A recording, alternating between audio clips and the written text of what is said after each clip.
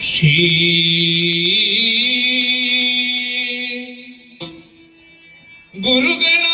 ಗುರುಗಣಾಧಿಪತಯೇ ನಮಃ.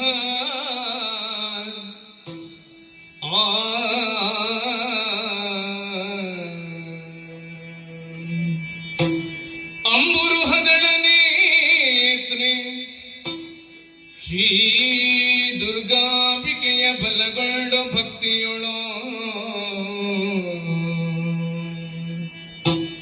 ಅಂಬಿಕಾ ಸುತ ವಿಘ್ನರಾಜನ ಬಿರಿದು ಸಂಸ್ತುತಿಸಿ ಅಂಬುನಿಧಿಯ ಆತ್ಮಜಿಗೆ ಕೈ ಮುಗಿದಂಬುದಾಸನ ವಾಣಿಯರ